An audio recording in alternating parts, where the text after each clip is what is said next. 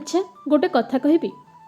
ତମେ ଜାଣିଛ, ଦିନେ ଏମିତି ଦିନଟେ ବି ଆସିବ ଯେ ତମେ ବୁଝିପାରିବ କେହି ଜଣେ ଥିଲେ, ସିଏ ତମ ମେସେଜ୍ ଆସିଲେ ଖୁସିରେ ନାଚୁଥିଲା, ସମୟ ନଷ୍ଟ ନ କରି ତମକୁ ରିପ୍ଲାଏ ଦେଉଥିଲା, ଯିଏ ଦିନ ତମାମ ତମର ଗୋଟିଏ କଲ୍ର ଅପେକ୍ଷା କରୁଥିଲା, ନିଜ ଖାଇବା ପିଇବା ଯାବତୀୟ କାମକୁ ପଛରେ ପକାଇ କେବଳ ତୁମକୁ ଜୀବନର ଫର୍ଷ୍ଟ ପ୍ରାୟୋରିଟି ଭାବୁଥିଲା, ଗୁରୁତ୍ୱ ଦେଉଥିଲା। ଏହାର କାରଣ ବି ଏହା ନଥିଲା ଯେ ମୁଁ ତୁମକୁ ଛାଡ଼ିଦେଲେ ଆଉ କାହାକୁ ପାଇବିନି।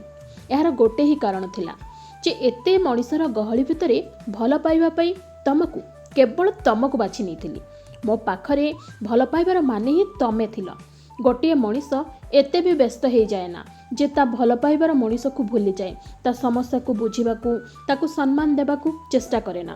ତମେ ସମୟ ପାଇଲେ ବି ମୋତେ ଏଡ଼େଇ ବ୍ୟସ୍ତତା ଦେଖେଇଛ, ହେଲେ ମୁଁ ହଜାର ବ୍ୟସ୍ତତା ଭିତରେ ବି ତମ ପାଇଁ ସମୟ ବାହାର କରୁଥିଲି।